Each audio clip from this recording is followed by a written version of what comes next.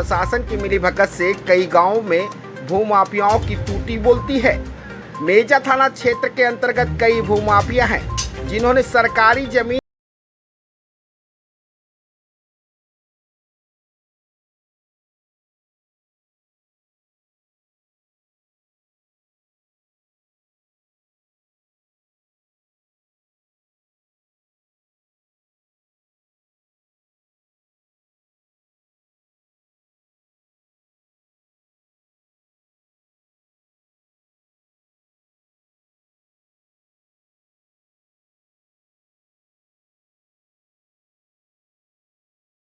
नमस्कार, मेरा नाम लवकुश दीनानाथ तिवारी। मैं मूलतः गांव चौकड़ा गोरा, पोस्ट औता, परगना खैरागढ़, डिस्ट्रिक्ट मेजा रोड, जिला प्रयागराज, उत्तर प्रदेश का निवासी हैं। हमारे गांव में दो भूमाफिया पिता पुत्र सरकारी ज़मीनों पर, सरकारी चकमार्ग पर और सरकारी नवीन पड़तियों पर, जो कि भूमिहारी ज़मीन होती है, ग्राम पंचायत की ज़मीन होती है। नाम क्या है?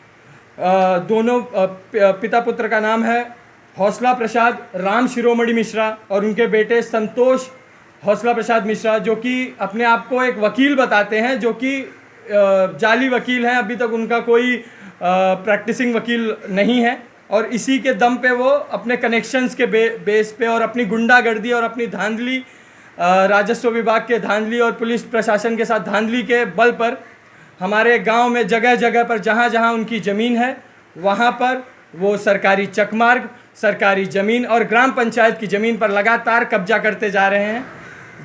और उससे बढ़कर भी पहले इनका मोडस ऑपरेंडी कैसा है कि पहले सरकारी चकमार्ग पर कब्जा करते हैं, उसके बाद उससे आगे, जैसे अभी एक ज़मीन और दूसरी ज़मीन के बीच में सरकारी चकमार्ग जाता है कि फैसिलिटी देने के लिए सरकार ने ये कर रखा है।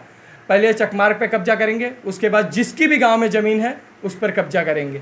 ये इनका एक तरीका है और ये हमारे गांव में एक भूमाफिया का बहुत बड़ा कहर इन्होंने बरपा रखा है। किसी की भी ज़मीन, किसी का भी कब्जा करते हैं और सीधा बोलते हैं, जब मैंने सरकारी चकमार्ग कब्जा कर लिया है, सरकार और राजस्व विभाग, पुलिस प्रशासन मेरा कुछ नहीं कर सकता है, तो तुम मेरा क्या कर लोगे? तुम मेरा कितना कंप्लेन करने जाओगे, क्या कर लोगे? हमने इसके खिलाफ 2016 से हमारी लड़ाई चल रही है, बट 2016 से मैं 10वां महीना 3/10/2023 से लगातार उत्तर प्रदेश के जन सुनवाई पोर्टल और श्री मुख्यमंत्री योगी आदित्यनाथ द्वारा स्टार्ट किए गए एंटी भूमाफिया पोर्टल और केंद्र के CP gram, centralised public grievance redressal and monitoring system, इसके ऊपर लगातार कंप्लेन कर रहा हूँ। पर मैं आज आप लोग के बीच में इसलिए आया हूँ क्योंकि इन सब पे जो भी मैं कंप्लेन कर रहा हूँ उसका आज तक कोई निवारण नहीं हुआ है, कोई सुनवाई नहीं हुई है। जैसा कि हम लोग ने पहले सुना था, सोचा था कि ये सब पोर्टल्स पे कंप्लेन करने से सरकार आपका सुनती है, कार्रवाई होती है, परंतु जब अब मैं इतने कंप्लेंट्स 12 से 13 कंप्लेंट्स करने के बावजूद कोई निवारण नहीं हुआ, सिर्फ निस्तारण, डिस्पोज ऑफ करते हैं ये मैटर। ये जो चक्रोट है कितना लंबा और कितना चौड़ा है, जरा उसके बारे में चक्रोट। हाँ, दो चक्रोट जो कि जिनका मेरे को नाम, नंबर और एरिया पता है अभी, वो है चक्रोट नंबर 271, रकबा 0.460 हेक्टेयर, और चक्रोट नंबर 267, रकबा 0.1770 हेक्टेयर। ये दो चकमार्ग पे कब्जा है और एक नवीन पड़ती जो कि ग्राम पंचायत की ज़मीन होती है 268, रकबा 0.012 हेक्टेयर पे इनका कब्जा है। ये तहसील में आप इसकी चक्रोट की शिकायत की, क्योंकि चक्रोट जो होता है सार्वजनिक होता है, सरकारी संपत्ति होती है, तो ऐसे में अगर वो चक्रोट को कब्जा करते तो गाँव के लोग, ग्राम प्रधान, तहसीलदार, इन्होंने क्या कहा, अब तक क्या कार्रवाई की? सर, मैंने 2016 में इसके खिलाफ मई में हमारा ये जब इन्होंने कब्जा किया तो हमने मई में इसका कंप्लेन किया तहसीलदार कानूनगो लेखपाल के पास, जिसके बाद 15/5/2016 को आपकी तहसील कौन सी है? हमारी मेजा तहसील है, मेजा तहसील के लेखपाल, कानूनगो वगैरह पुलिस बल के साथ गांव वालों और गांव प्रधान की मौजूदगी में सीमांकन हुआ सर, जिसमें उनकी लेखपाल ने अपने रिपोर्ट में ये लिखा कि इन्होंने सरकारी चकमार्ग पर, नवीन पड़ती पर और मेरी भी ज़मीन जो कि इन्होंने कब्जा कर रखा है, और इनके खिलाफ उत्तर प्रदेश संपत्ति क्षति निवारण अधिनियम की धारा 3/5, जो कि जिसे बोल सकते हैं Uttar Pradesh prevention of damage to public property act 1984 section 3/5 के तहत एफआईआर दर्ज करने और कार्रवाई करने का आदेश पारित किया, बट आज 8/6/2016 का दिया हुआ आदेश आज तक कोई कार्रवाई नहीं हुई है सर। अब क्या चाहते हैं आप सरकार से, उत्तर प्रदेश सरकार से सर मैं ये चाहता हूं कि मैं जो मेरी ज़मीन पर कब्जा हुआ है उसके खिलाफ तो मैं कोर्ट में मई 2016 से ही हूं। मेरे ज़मीन पे स्टे ऑर्डर होने के बावजूद ये लोग ने कब्जा और बढ़ाया और मैंने उसके लिए कंटेम्प्ट ऑफ कोर्ट भी अभी दाखिल किया हुआ है। परंतु मैं अपनी जो पर्सनल ज़मीन का लड़ाई है उसे मैं कोर्ट में लड़ता रहूँगा। पर मेरा एक ही दुख है कि अगर सरकारी चकमार्ग पर कब्जा नहीं हुआ होता तो मेरी ज़मीन पर कब्जा करने ये नहीं बढ़ते।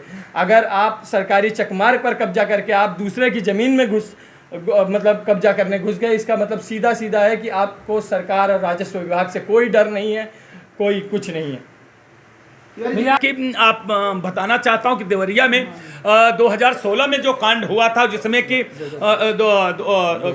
2016 का मामला था, जिसमें कि 2023 में एक मामला चला जिसमें 6 लोगों की मौत हुई और उसमें 16 लोग सस्पेंड हुए थे।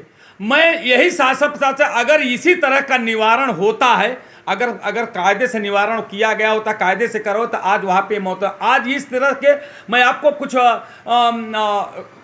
ग्राफ मैंने इकट्ठा किया कि यूपी में जमीन से जुड़े 26,945 केसें हैं। और सर मैं आपको बता 3 महीने में 7,772 की संख्या, 3 से 6 में 4,600 और 3 से 5 महीने के अंदर 14,804 और 5 साल में 2,409, 6 महीने में 1 साल में 10,258, कुल मिलाकर 65,945 मामले चल रहे हैं, जिसमें 3,021 लोगों की मौत हुई है। उत्तर प्रदेश के जो मेरी हाथ जोड़ के अपील है सर, मैं बहुत पीड़ित हूँ।